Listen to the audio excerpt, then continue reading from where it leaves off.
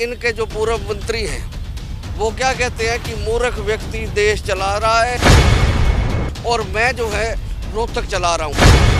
भूपेंद्र सिंह हुड्डा के राज में किस प्रकार से नौकरियां मिलती थी ये पूरा प्रदेश जानता है। पर्ची देते थे या किसी की सपोर्ट होती थी तभी उसको नौकरी मिलती थी। आज इनके एक विधायक ने बयान दिया है, नीरज शर्मा जी ने, उन्होंने कहा है कि आप मुझे वोट दो, 50 वोट के साथ एक नौकरी मिलेगी। ये हुड्डा साहब 2 लाख नौकरियां देंगे। शहर में अपराध हो रही है, मैं मानता हूँ भारतीय जनता पार्टी के राज में। पानी इतना गंदा है, ये तो मिनरल पानी से नहाने वाले लोग हैं, ये तो नहाते भी मिनरल पानी से हैं और पीते भी मिनरल पानी से हैं। इनको हरियाणा वालों से कोई लेना देना नहीं है। 10 साल से यही सिस्टम चल रहा है। ने 2-2 लाख रुपए अपनी कोठी पे बैठ के पैसे लिए लगाने के लिए और आज तक उनको पक्का नहीं किया है। लिविंग इंडिया की चौपाल आज पहुंची है रोहतक, जहां पर हम चुनावी चौपाल करेंगे और बात करेंगे कि कितने विकास की बात हुई थी और कितना यहां पर विकास हुआ है। रोहतक में इस समय हम मौजूद हैं और यहाँ पर सभी पार्टियों को बुलाया गया है उनसे हिसाब किताब लेने के लिए। वो हिसाब किताब जिसके बारे में वो बात करते थे जब उन्होंने सत्ता में आना था, तो अब उनको बताना होगा कि आखिरकार सत्ता में आने के लिए क्या कुछ कहा गया था और क्या कुछ उन्होंने सच में सौगातें रोहतक को दी हैं या नहीं दी हैं। इसका विश्लेषण करेंगे जो बाकी पार्टी यानी कि विपक्षी दल के नेता होंगे, विपक्षी दल के बुलारे होंगे, विपक्षी दल के प्रवक्ता होंगे, उनसे भी जानेंगे कि वो क्या कह रहे थे। उनके अगर विधायक रहे तो उन्होंने क्या दिया रोहतक को, क्या मिला क्या नहीं मिला, पूरा हिसाब किताब करेंगे। और रोहतक के इस समय क्या हाल है, अगर मौजूदा रोहतक की बात की जाए तो यहाँ से जो विधायक हैं बीबी बत्रा हैं और कांग्रेस से हैं, क्या कुछ कहा है, क्या कुछ दिया है रोहतक को, बात कर लेंगे। मेरे साथ मेरे सहयोगी हर्षवर्धन होंगे, इनसे जानते हैं। सबसे पहले हर्ष जी आपसे जानेंगे कि रोहतक के अभी के हाल क्या है। देखिए, मैं बताना चाहूँगा कि रोहतक के हालात जो अभी अगर बात की जाए तो जिस तरीके से सबसे बड़ी समस्या जो बारिश की समस्या है, बारिश की समस्या जब जैसे ही बारिश होती है तो शहर के अंदर पानी भर जाता है। हालांकि दावे जरूर किए जाते हैं कि पानी 1 घंटे में निकल जाता है, 2 घंटे में, लेकिन जो 1 घंटा या 2 घंटे खड़ा रहता है वो दुकानों के अंदर घुसने से जो है काफ़ी लोगों को नुकसान भी होता है। वाटर लॉगिंग सबसे बड़ा मुद्दा है। उसके बाद जो है पीने के पानी की व्यवस्था की बात की जाए तो काफ़ी जगह ऐसी हैं जहां पीने का साफ़ सुथरा पानी नहीं पहुंच पाता। वहीं तीसरी बात अगर मैं आपको बताना चाहूँ, बिजली की बात की जाए तो बिजली का जो है किसी समय भी कोई पता नहीं लगता किस वक्त कट कर दिया जाता है। हालांकि बातचीत की जाती है जिस तरह अधिकारियों से तो वो कहते हैं कि जी पीछे से फॉल्ट है, लेकिन वो पीछे का फॉल्ट आज तक समझ नहीं आया कि आखिर वो फॉल्ट पड़ता कहाँ से। ठीक है, तो जितने भी आपने अभी प्रॉब्लम्स बताई हैं ये कोर रोहतक की जो इंटरनल हैं वो हैं। इसके अलावा एक तरफ ये भी कह देते हैं, बहुत स्पष्ट सा जवाब होता है कि हमारा तो विधायक है पर प्रदेश में सरकार हमारी नहीं है। क्या कुछ उसका भी कोई इफेक्ट है? देखिए, बिल्कुल उस चीज़ का इफेक्ट तो पड़ेगा। हालांकि विधायक जो बीबी बत्रा हैं वो कहते हैं कि विधानसभा में मुद्दे उठाता हूं, लेकिन जो है सरकार की तरफ से उन मुद्दों के ऊपर ध्यान नहीं दिया जाता। कुछ मुद्दे उन्होंने ऐसे भी हैं जो विधानसभा में जोर शोर से उठाए हैं, उन मुद्दों का समाधान भी हुआ है। लेकिन सबसे बड़ी जो एक अमृत योजना की बात की जाए, जो जिसके लिए पूरा शहर जिसकी आस लगाए बैठा था, उस अमृत योजना के ऊपर जो है कहीं ना कहीं जो है विपक्ष पार्टियां जो है आज की डेट में भी आरोप लगा रही हैं कि वो जो अमृत योजना का पैसा था वो सरकार ने कहीं और लगा दिया। ठीक है, तो इसके बारे में जवाब लेंगे। तो आपसे जानना चाहेंगे हर्ष जी, आज हमारे साथ प्रवक्ता मौजूद हैं, कौन सी पार्टी से कौन कौन आए हैं, कृपया हमारे चैनल के माध्यम से सबको इनसे इंट्रोड्यूस करवा दीजिए। और जितेंद्र बल्हारा जी हैं, एडवोकेट हैं, जेजेपी के कैंडिडेट हैं रोहतक से। और ये विनोद पाहवा जी हैं, कांग्रेस की तरफ से प्रवक्ता हैं। और शिव मोहन जी जो हैं वो आप पार्टी के प्रवक्ता हैं। तो प्रवक्ताओं से आप मिल लिए, रूबरू हो लिए, समस्याएं जो थी वो भी सुन ली, वादे जो थे वो भी सुन लिए। आप सभी का स्वागत करते हैं हम अपने चैनल में और बात कर लेते हैं सबसे पहले कांग्रेस से। बाबा जी आपसे शुरू करते हैं क्योंकि आपके यहाँ पर विधायक हैं, बातें की गई थी, बहुत सारे वादे किए गए थे रोहतक के बारे में। जैसे हमारे सहयोगी ने बताया कि यहाँ पर जो लोगों की समस्याएं हैं, चाहे वो वाटर लॉगिंग की है, चाहे वो आवारा पशुओं की है, चाहे वो कूड़े के निस्तारण की है, तो ये सारी चीज़ें कहाँ पे कितना काम हुआ है? देखिए, कांग्रेस पार्टी ने जब से पिछले 10 साल से सरकार है, भारतीय जनता पार्टी की सरकार है और कांग्रेस पार्टी विपक्ष में है। और इस 10 सालों में जिस अवस्था में हम शहर को छोड़ के गए थे, आज ये लोग उस अवस्था को, उन चीज़ों को मेंटेन भी नहीं कर पाए। जिस पार्क में हम आज लोग खड़े हैं, जहाँ पर डिबेट कर रहे हैं, ये भी हुड्डा साहब की देन है। आप ये देखें कि ये आपके सामने इस पार्क में किस तरह से खड्डे हैं, इस पार्क में किस तरह से देख के कूड़े के ढेर लगे हुए हैं। अगर कैमरे पे दिखाएंगे तो जहाँ पर हम लोग खड़े हैं ये इस रोहतक का हाल है। जहाँ तक विधायक जी की बात है, आदरणीय भारत भूषण बत्रा जी ने यहाँ पर जो वाटर लॉगिंग की बात कर रहे हैं कि हाउसिंग बोर्ड में जहाँ पर पानी भर जाता तो लोग मकान छोड़ कर बेच के जाने के लिए सोच रहे थे, वहाँ का मुद्दा वहाँ के लोगों ने उठाया, वहाँ के लोगों ने ग्रीवेंस कमेटी में मुद्दा रखा, वहाँ का जो विधायक जी ने उस मामले को विधानसभा में उठाया। विधानसभा से जब प्रेशर उठ गया और वहाँ पर पब्लिक यूटिलिटी कोर्ट में जब इसमें ऑर्डर किया, तब वो पर हाउसिंग बोर्ड में 14 करोड़ 90 लाख रुपए का वो प्रोजेक्ट बना और वहाँ पर वो पानी की समस्या दूर करी गई। महावीर कॉलोनी में भी विधायक जी ने जाकर जहाँ पर पानी भरता था, जहाँ पर राढ़ जोड़ था शायद उसका नाम, तो वहाँ पर भी वहाँ यह समस्या थी। विधायक जी ने जहाँ पर दिया वहाँ पर वार्निंग जाकर दी कि मैं यहाँ धरना दूंगा, वहाँ के मुद्दा उठाया तो वहाँ पर पानी की समस्या के लिए वो प्रोजेक्ट चालू होया हुआ है। जहाँ तक कोई भी रोहतक की ऐसी समस्या नहीं है जिसके लिए विधायक जी ने आवाज़ नहीं उठाई हो। आप ये देखें कि कोई भी व्यक्ति रात को दिन में किस टाइम पे उनके दरवाजे पे जाता है, कोई भी समस्या लेके वो तुरंत अधिकारी को फोन करते हैं, तुरंत उस पर बात करते हैं। जहाँ तक इनकी बात रही, क्योंकि सरकार इनकी है, आप ये देखें कि इनके जो पूर्व मंत्री हैं वो क्या कहते हैं कि मूर्ख व्यक्ति देश चला रहा है और देश चलाते हैं और मैं जो है रोहतक चला रहा हूँ, यानी कि रोहतक तो मैं चला रहा हूँ। इनके पूर्व जो मेयर रहे हैं मनमोहन गोयल जी, वो कहते हैं मेरी चलती नहीं। बाकी जिनका डिप्टी मेयर इनका, सीनियर मेयर इनका, सारे मेयर इनके, सब कुछ इनका, उसके बावजूद भी रोहतक में देखें कि गंदा पानी, सीवर की समस्या, बिजली की समस्या, जितनी भी आवाज़ उठाते रहे, क्योंकि ये दिखाना चाहते हैं कि ये विपक्ष का एमएलए होने की वजह से ये समस्याओं की देन है। ये तो ले लेती हूँ, उनसे ही जवाब ले लेती हूँ। आपके ऊपर सीधे तौर पे डाला है कि विधायक जी तो आवाज़ उठा रहे हैं, विधानसभा भी लेके जा रहे हैं, पर आप लोगों का यहाँ पे नगर परिषद के जितने मेंबर हैं, मेयर हैं, होने के बावजूद आप लोग काम नहीं करने दे रहे हैं। क्यों? पावा साहब बड़े अच्छे वकील हैं और वकील अपनी बात को प्रमुखता से रखता है, इसमें कोई दो राय नहीं।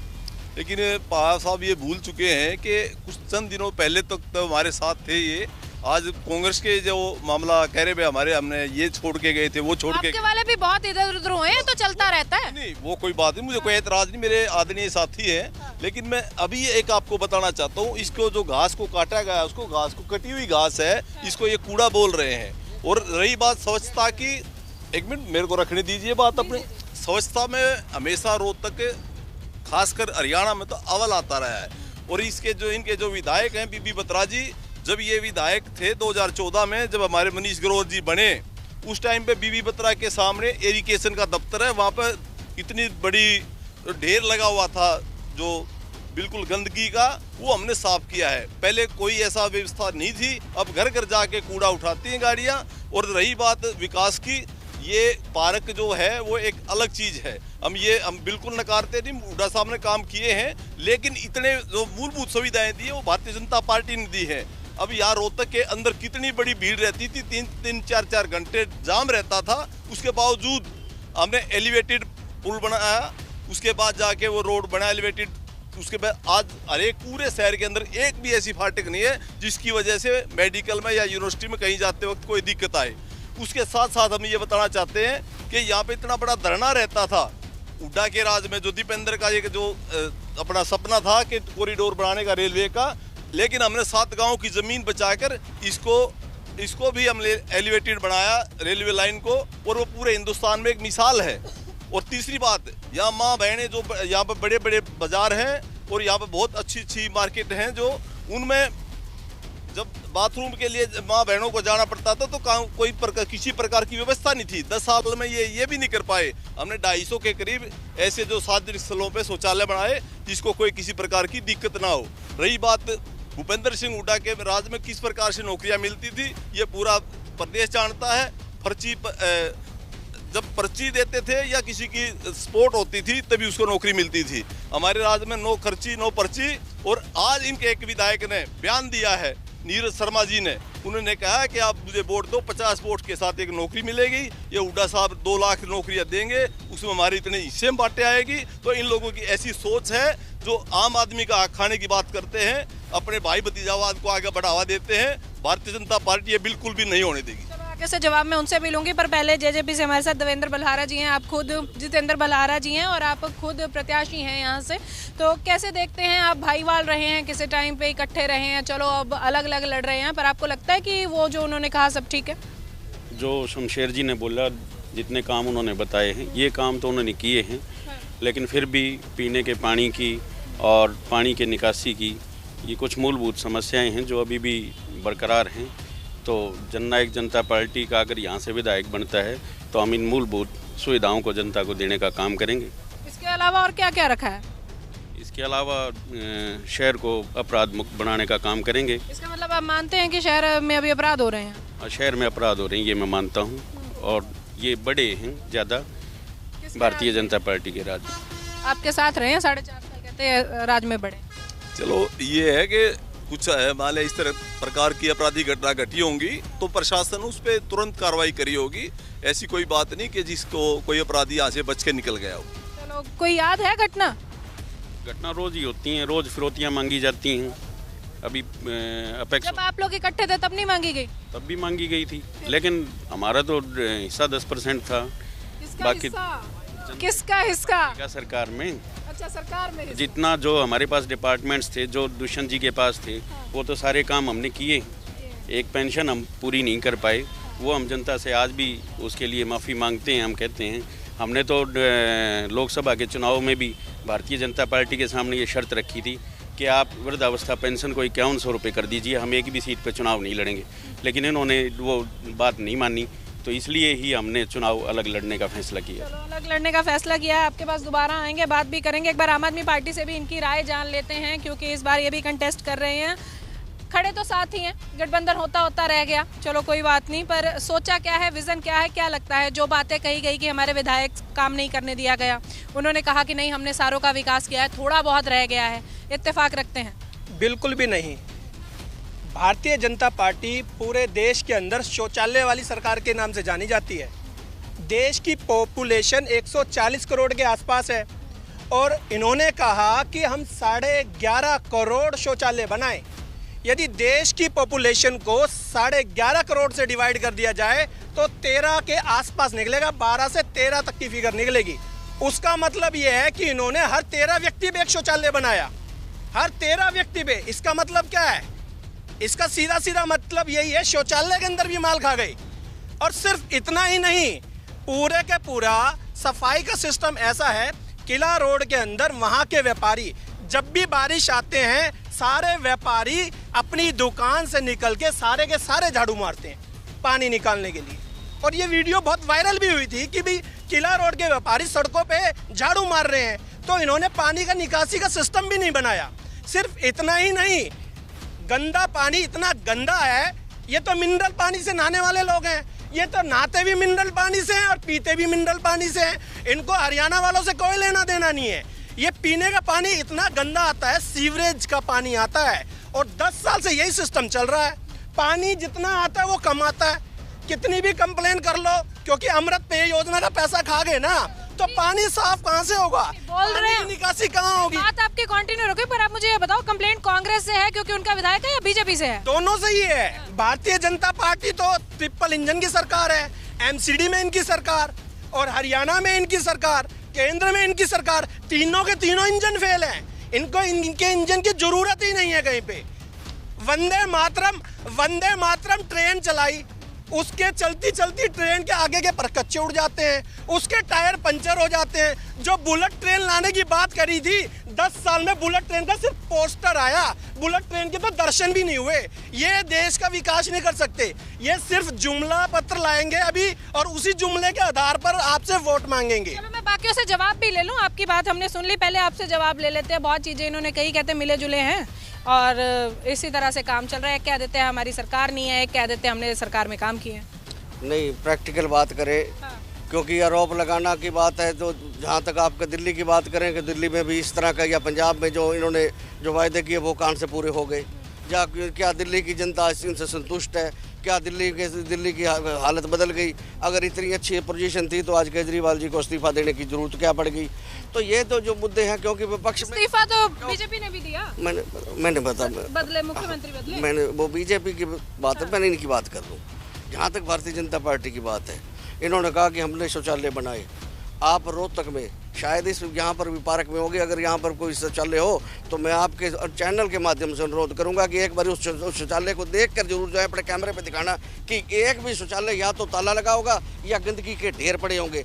जितने भी इन्होंने बनाए, कोई भी काम इन्होंने, क्योंकि हर काम तो घोटाले की, हर काम में जो काम करते हैं उसमें कमीशनें हैं, ठेकेदार। ठीक है, मैं मानती हूँ, आपकी बात मैं मानती हूँ। क्या विधायक जी ने जाके देखे, क्या उन्होंने जाके कंप्लेंट करी उन चीजों की? तो हर वक्त कांग्रेस का हर कार्यकर्ता आवाज उठा रहा है, हर वक्त हर प्लेटफार्म पर हम लोग आवाज उठा रहे हैं। काम करना सरकार का काम है, डीसी इनका है। सरकार में नहीं है, विधायक आपका है। सरकार में नहीं है, हम अभी विपक्ष में हैं, सरकार इनकी है। हम विपक्ष में, विपक्ष वाले अपनी कंप्लेंट रख सकते हैं, क्योंकि मैंने कहा कि जब इनका ये मंत्री, पूर्व मंत्री ये कहता है कि रोहतक मैं चला रहा हूँ, इसका क्या मतलब है? कोई भी मुख्यमंत्री, कोई मंत्री, कोई भी अब बड़ा अधिकारी सबसे पहले आके रोहतक में आएगा तो इनके जाके द्वारे पर किस लिए जाता है? क्योंकि वहाँ पर सरकार का रिमोट कंट्रोल वहाँ से चलता है। आप लोग सरकार इसलिए दिखाना चाहते हो कि जो कुछ भी जहाँ के जो भी आदेश होगा यहाँ से आएगा, पारित होगा। और इस तरह की व्यवस्था में हम उन विपरीत परिस्थितियों में इस तरह से काम निकाल के लेके आए हैं। आप ये देखें, रोजगार के मामले में देखें, 2 लाख पक्की नौकरियां खाली पड़ी हैं, 2 लाख पक्की नौकरियां आपने पोर्टल बना के दे दिया। निगम में प्रॉपर्टी आईडी का पोर्टल बना दिया, फैमिली आईडी का बना दिया। निगम में भ्रष्टाचार का सबसे बड़ा अड्डा। आप किसी भी हरियाणा की किसी भी निगम में चले जाएं, वहाँ पर लोग धक्के खा रहे हैं। अपनी प्रॉपर्टी बच्चे के नाम करवानी है या फैमिली के नाम करवानी है, बेचनी है। आप वहाँ पर जितने भी बिना भ्रष्टाचार के कोई भी काम हो सकता है, ये पूरी जनता बता दे कि नया भ्रष्टाचार का अड्डा किसने खड़ा किया? भारतीय जनता पार्टी ने। प्रॉपर्टी आईडी के नाम पर आपने किस तरह से लोगों को दर दर के धक्के खिलवाने शुरू कर दिए।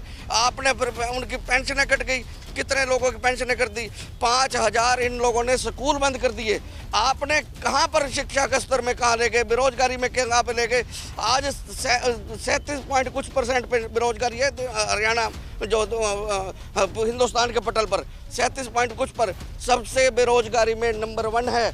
जब कांग्रेस की सरकार थी तो कांग्रेस ने हरियाणा नंबर 1 जिनमें बनाया हमने, रोजगार में हमने बनाया गया, शिक्षा के क्षेत्र में हमने जो जितने भी हम लोगों ने लेकर आए गए, हम लोगों ने जो पूरा हिंदुस्तान का इंडेक्स है उसमें हमने नंबर 1 पर हरियाणा को लेके आए थे। आज इन्होंने हरियाणा को कितना पीछे छोड़ दिया, रोहतक को क्या पीछे छोड़ दिया।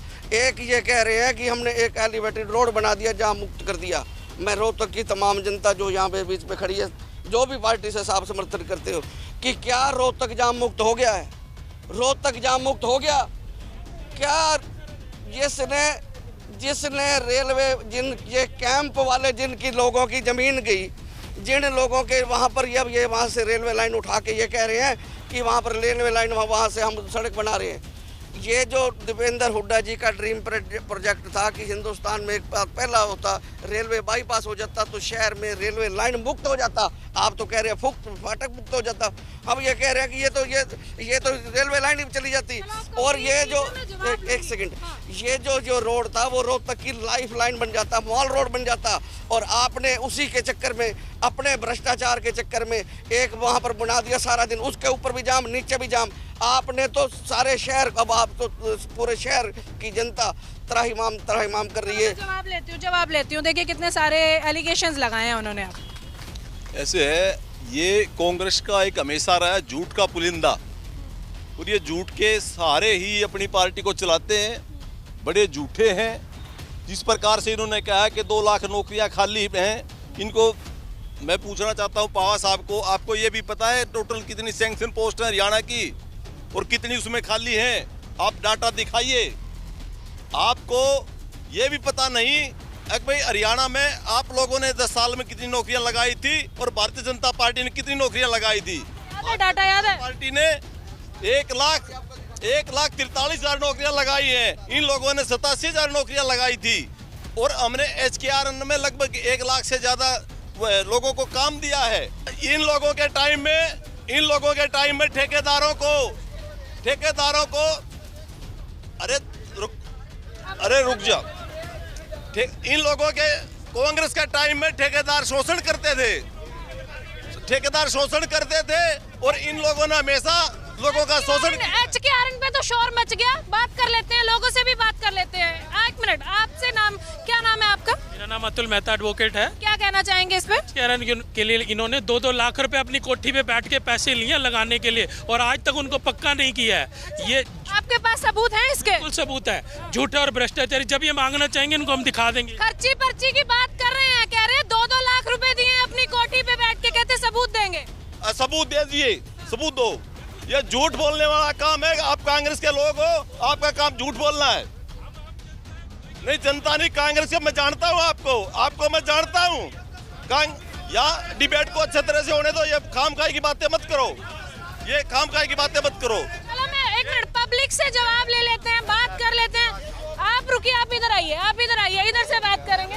हाँ, लोगों से बात करेंगे। क्या नाम है आपका? चरण सिंह। किससे जवाब लेंगे? बीजेपी वाले से लेंगे। बीजेपी जवाब सुनिएगा, जवाब दीजिएगा। क्या कहना चाहिए? हम ये कहना चाह रहे हैं, बस स्टैंड के पास में गरीब आदमी रेडी रोडी लगवा रहे थे सभी। एक तरफ तो ये कहती है गवर्नमेंट के भाई रेडी रोडी लगा, लोगों के अपने परिवार को पालो। हाँ। हम तुम्हारे साथ हैं। ये बेचारे कर्जा उठाते हैं 50-50 हज़ार 40 हज़ार रुपये, जब एक रेडी बनती है उनको सारे को उजाड़ दिया। मैं उसके पास आया, सच्चों के पास, भैया क्या कराया तूने? बोला चल चल तू कौन है? अरे हम पब्लिक, हम ही गवर्नमेंट बनाते हैं, हम ही उजाड़ देते हैं। मैं जवाब लेके आऊं? कहते हैं कि लगाने नहीं देते हैं, पहले उनको बोलते हैं आप काम करो। देखिए, ये शासन प्रशासन का काम है, बीजेपी का इसमें कोई रोल नहीं। ठीक है, रही बात, यदि रोड के ऊपर कोई रेडी लगाएगा तो उसको कौन लगने देगा? यहाँ पे किसी प्रकार का ये रोड किसी व्यक्ति विशेष का नहीं होता। ये किसी रेडी लगाना अपनी जगह पर लगानी चाहिए। जगह दी है आपने वेंडर्स को?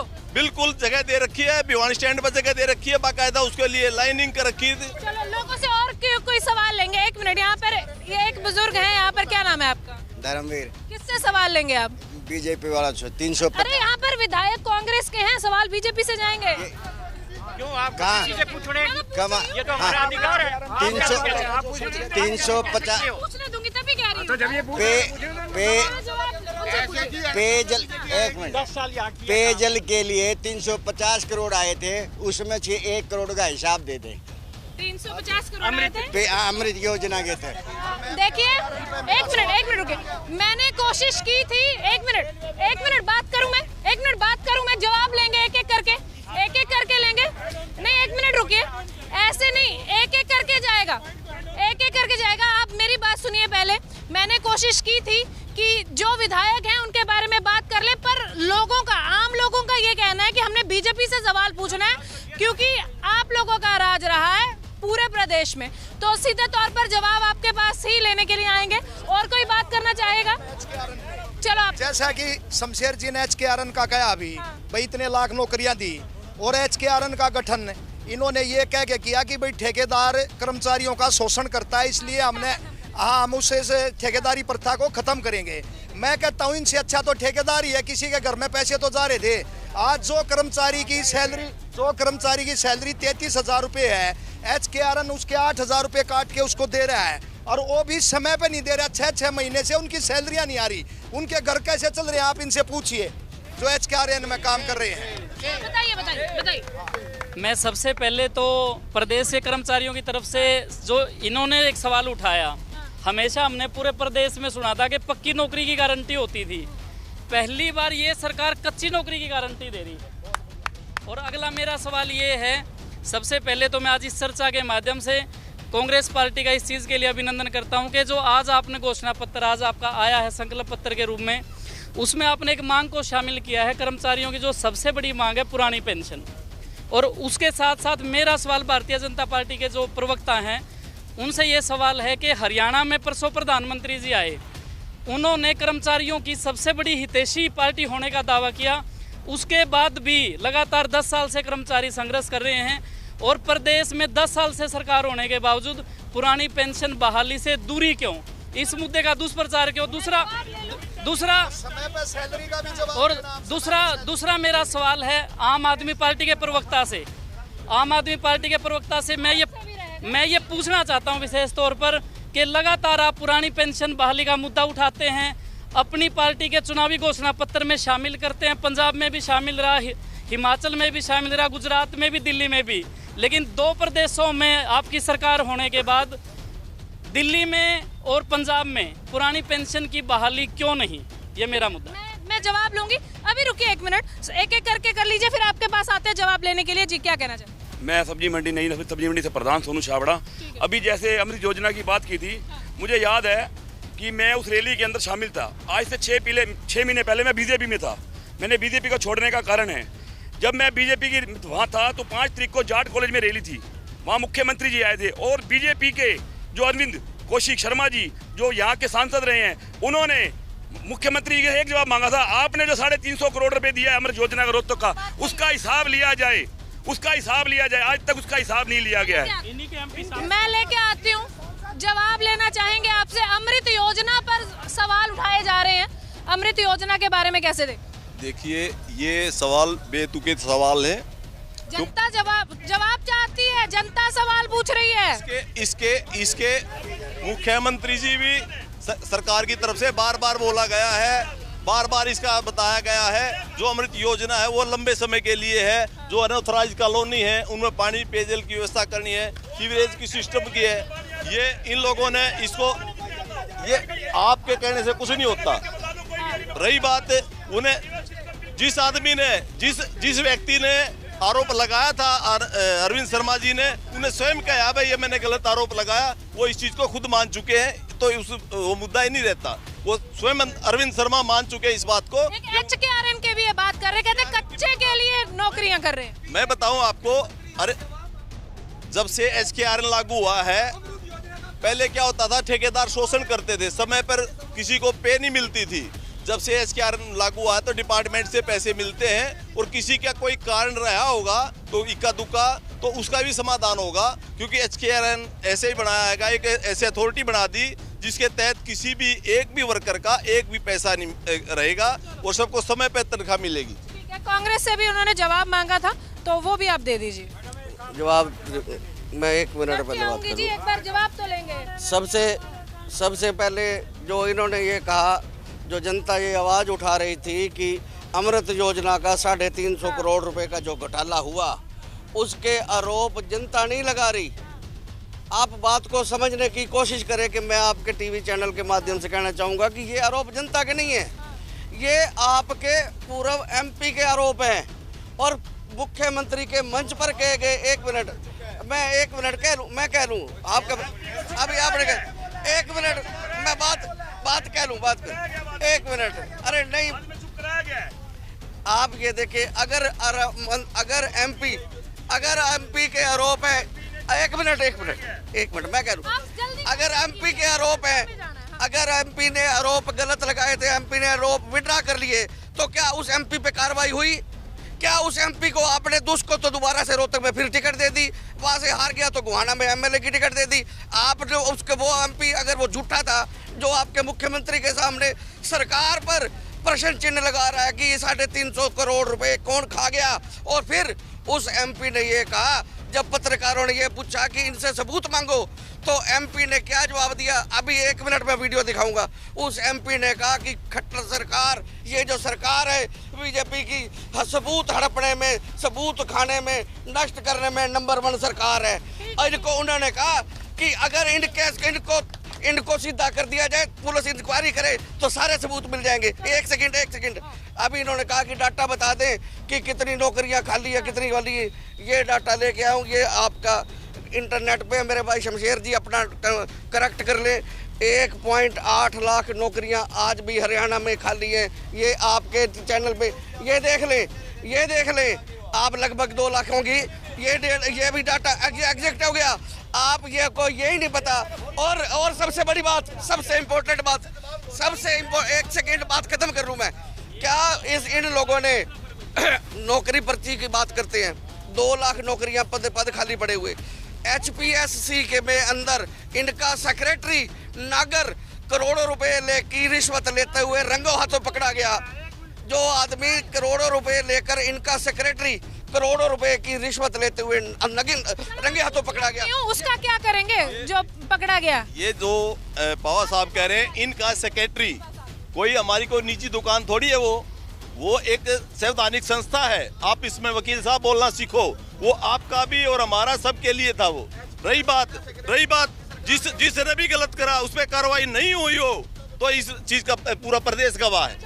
नहीं, दूसरी मैं बताना चाहता हूँ कि ये जो नौकरी की बात कर रहे हैं, इनका जो भर्ती रोको गैंग है, जब भी कोई नौकरी निकलती है उसी पे केस डाल देते हैं। लगभग 1 लाख नौकरी पाइपलाइन में है, भर्ती होने नहीं देते, भर्ती का रिजल्ट निकालने नहीं देते। इनके बड़े से बड़े वकील सुप्रीम कोर्ट के अपना जो केंद्रीय जो चुनाव आयोग है उसके सामने जा खड़े होते हैं और ये नौकरी रोकने में ये इनका विशेष हाथ है। आपको लगता है कि कांग्रेस सच में भर्ती रोकती है? नहीं, कांग्रेस भी ऐसे ही भ्रष्टाचार फैलाती है और भारतीय जनता पार्टी ने तो पक्की नौकरियां देना बंद कर दिया, तो इसलिए जनता में रोष है। अगर जननायक जनता पार्टी सरकार में आएगी तो लोगों को पक्की नौकरियां दी जाएंगी। आपके ऊपर जो है वो ओपीएस की बात हुई थी, कहते हैं कि सरकार ने हर उसमें डाला। आप जवाब ले लीजिए। तो यहाँ पे हरियाणा में भी डाला, पर लागू कब करेंगे? कहीं तो आपकी सरकार है, वहाँ पे क्यों नहीं हुई? देखिए, मैं इस बात का भी उत्तर दूंगा। इससे पहले आपको ये समझना होगा कि भारतीय जनता पार्टी कहती है कि हमने नौकरियां दी और बिना पर्ची और खर्ची के दी। बिना और पर्ची खर्ची के कैसे नौकरी दी? इन्होंने नौकरियां पहले निकाली नहीं, जो नौकरी निकली वो पेपर लीक हो गए। निकलने के बाद पेपर लीक हो जाते हैं, रिजल्ट आते हैं तो उसके आंसर की 2 होते हैं, सही क्वेश्चन के 2 आंसर होते हैं और उसके बाद नौकरी मिलती ही नहीं है। इन्होंने सिर्फ जुमले दिए हैं और जुमले के अलावा कुछ नहीं दिए। नौकरी दी होती तो लोग सड़कों पे नहीं आते।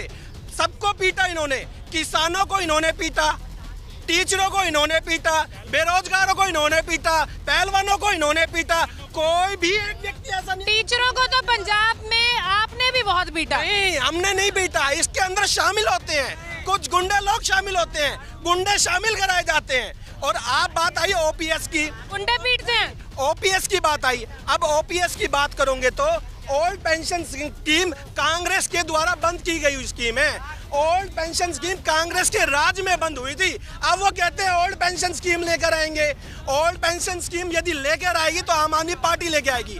दिल्ली के अंदर, और हमने ये मैनिफेस्टो के अंदर रखा और हरियाणा के मैनिफेस्टो के अंदर भी शामिल किया जाएगा कि ओल्ड पेंशन स्कीम लागू की जाएगी। क्योंकि केजरीवाल की जो गारंटी होती है ना, वो पत्थर की लकीर होती है। उन्होंने जो डिसाइड कर दिया वो होके रहेगा। बात कर रहे हो, 1 मिनट। ताऊ जी काफी टाइम से बात करने की कोशिश कर रहे थे, किससे जवाब लेंगे? बीजेपी से। गांव के अंदर 36 कौम की कोई भी लड़की हुई, वो पूरे गांव की लड़की होते, सब उसकी सुरक्षा करते। बीजेपी के यहाँ के मंत्री, खेल मंत्री, सांसद ब्रजभूषण लड़कियों की इज्जत लूटते। ये बनेगा, ये क्या इज्जत नहीं लूटेंगे? क्या भरोसा इनका, क्या भरोसा इनका? आप रुके, आपसे बात हो गई, सर से बात करेंगे। किससे जवाब? कोऑपरेटिव डिपार्टमेंट बीजेपी से लेना। कोऑपरेटिव डिपार्टमेंट में 30 साल शुगर मिल में नौकरी करी। एक बूढ़ा आदमी 3000 रुपये घर बैठे ले रहा है और मेरे ईपीएस के पैसे कटा करते। आज 10 साल हो लिए वहाँ दिल्ली में दोनों चल रहा है, अशोक रावत का एजिटेशन चल रहा है। के बाद सुप्रीम कोर्ट में जीत गए, हाई कोर्ट में जीत गए, राजस्थान जीत गए, दिल्ली जीत गए। क्या हमारे को 7,500 नहीं दे सकते? हम 1000 में 2000 में गुजारा कर लेंगे अपना। 30 साल नौकरी करिए कोऑपरेटिव डिपार्टमेंट। पेंशन की बात कर रहे हैं, आपसे ये भी जवाब लेंगे। हाँ जी, आप बताइए, क्या नाम है? मेरा नाम गौतम भावा एडवोकेट है। 30 से मेरा सवाल है, मेरा बीजेपी प्रवक्ता जी से सवाल है। 30 से ज़्यादा पेपर इनके राज में लीक हुए। शहर में स्वच्छता के नाम पे पूरे शहर की सीवेज व्यवस्था ठप पड़ी है और हर बार इनके ये रहते हैं कि जो जो सड़क व्यवस्था है जो इनके राज में बिल्कुल ये ठप पड़ी है। जो काम हुड्डा साहब ने करा था, इनके उसमें बिल्कुल उसमें सुधार नहीं हुआ। इनके राज में बिल्कुल भी सुधार नहीं हुआ। 10 साल पहले सीएम सिटी कहलाती थी, 10 साल पहले। मेंटेनेंस के नाम पे आज हमारी सिटी क्या कहलाती है? खड्डों से भरी हुई सिटी, गंदगी से भरी हुई सिटी कहलाती है। जवाब लेती हूँ। जी जी, नमस्कार, मेरा नाम संजय अहलूवालिया है। मेरा सवाल, जो जुमला पार्टी है बीजेपी, उससे है कि जो इनके पूर्व विधायक थे, उन्होंने रोहतक से अपनी हार का बदला लिया है, अपनी हार का बदला लिया है। मैं जवाब लेती हूँ। मैडम एक सवाल बीजेपी के प्रवक्ता से पूछना चाहता हूँ। बिना खर्ची पर्ची की बात करते हैं ये। इनके राज के अंदर 5-5 हजार रुपए का रजिस्ट्री कराने के लिए टोकन मिलता था। ये बिना खर्ची पर्ची की बात करते हैं। सामने खड़े हैं। देखो बहुत सारी चीजें हैं। मैं खुद हैरान हूं कि विधायक यहाँ पर कांग्रेस के हैं पर जवाब मुझे बीजेपी से लेने पड़ रहे हैं। देखिए ये लोग खामखाई के जो जिस प्रकार की बातें कर रहे हैं, इसमें कहीं कोई सच्चाई नहीं है। अब सुन लो, यदि आप श्वेत पत्र जारी करोगे 10 साल का बीजेपी का और 10 साल का कांग्रेस का, उसमें भाई बदीजाबाद रोहतक लोकसभा के बाहर का कोई आदमी नौकरी नहीं लगता था। इन लोगों ने रोहतक को बदनाम किया। रोहतक में कोई भी ऐसी मूलभूत सुविधा नहीं दी जिससे मतलब यूं कस के भाई एक लंबे समय तक हम उसको याद कर सके। कांग्रेस के राज में अब ये लोग कह रहे पेपर लीक क्या होते थे, पेपर करवाते ही कांग्रेस के लोग थे। मैं 10 आदमियों का नाम ले सकता हूं जो कांग्रेस के नेताओं के लड़के पेपर करवाते थे। ये इन सब ने पता है इन बातों का, लेकिन वो अलग बात है कि कोई कहना नहीं चाहता। भारतीय जनता पार्टी के राज में जब भी कोई पेपर पे किसी ने शिकायत करी, किसी पे डाउट हुआ, वो तुरंत पेपर को कैंसिल किया गया, उसको दोबारा लिया गया। और रही बात पारदर्शिता की, अरे आप भी क्या बोलो, जिसमें छत्र छेद, जो एक बोतल के साथ एक बोतल फ्री, जिसके सारे नेता जेल में, जो सारे के सारे भ्रष्ट लोग हो तुम, सबसे भ्रष्ट लोग हो तुम, पूरे सब दारू नहीं, ये सारे नेता जेल में है, सारे नेता जेल में है। एक बोतल के साथ एक बोतल फ्री की इन्होंने योजना बनाई, वो सारे नेता जेल में। इससे भ्रष्ट पार्टी कोई नहीं है।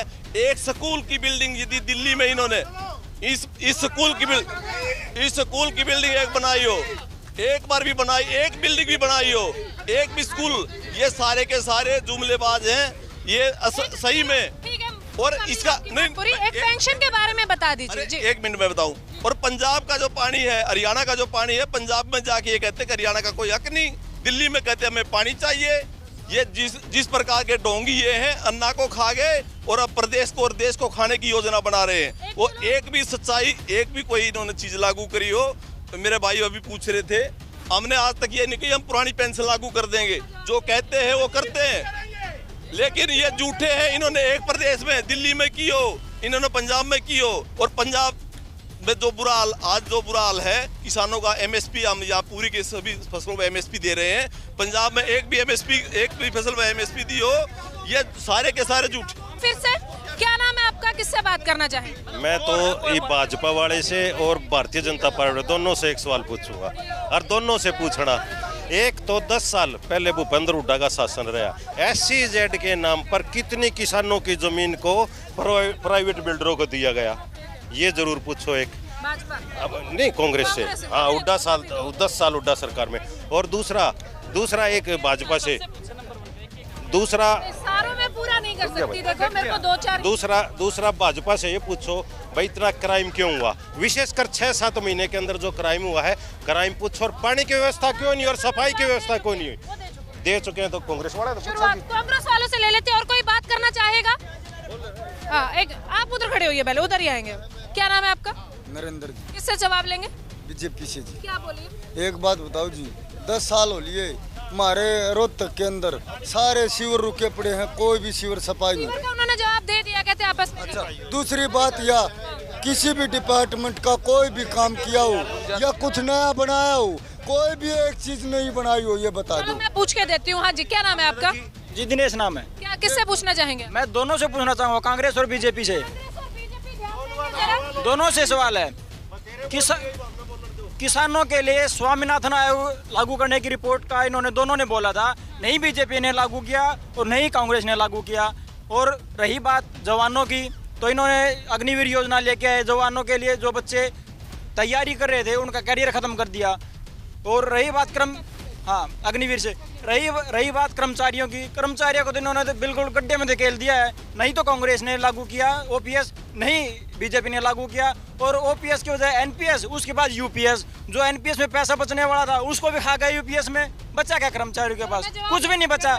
मैं जवाब लेती हूँ।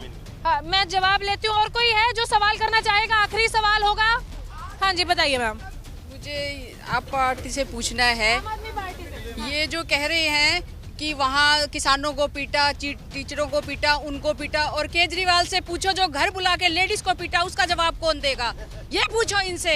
इन्होंने क्या किया? इतने साल केजरीवाल रह गया क्या? सिर्फ चोरी चकारी करने के बाद उन्होंने क्या किया है, उसका जवाब दो मुझे। चलो मैं जवाब लेती हूँ। आप लोगों के साइड से जो सवाल आए हैं वो यहाँ से जवाब होंगे और कंक्लूड करेंगे हम लोग साथ में। सबसे पहले आपसे ही जवाब ले लेते हैं। इधर बात की गई, उन्होंने सीधे तौर पर सवाल पूछा और आपको बीजेपी भी आरोप लगा रही थी। ये कहते हैं दारू की बात करते हैं दिल्ली की, हमारे नेता सारे जेल में ऐसा बोलते हैं। हमारे सारे के सारे नेता उस केस में बेल आ चुके हैं और सुप्रीम कोर्ट ने लिखा है और सीबीआई को तोता कह के बोला है और सीबीआई को बोला ये तोता वाली छवि से कब बाहर आएंगे। वो तोता भाजपा की भाषा बोलता है, इसलिए उन सुप्रीम कोर्ट ने ये बात बोली और सारे के सारे बेल पे बाहर आ गए। अब आ जाओ दारू की। इन्होंने पूरे हरियाणा के अंदर ही सारे हर घर को ठेका बना दिया है। भाजपा सरकार ने एक ऐसा कानून बनाया जिसके अकॉर्डिंग हर घर में 24 बोतलें रख सकते हो, 24 दारू की बोतल रख सकते हो, 5 रॉयल स्टैग रख सकते हो, 5 रॉयल चैलेंज रख सकते हो, विदेशी दारू रख सकते हो, 12 बियर की बोतल रख सकते हो। इन्होंने पूरे हरियाणा को दारू का ठेका बना दिया। सिर्फ इतना ही नहीं, जब से गुजरात बना है वहां पे दारू बंद है। इसका मतलब क्या हुआ?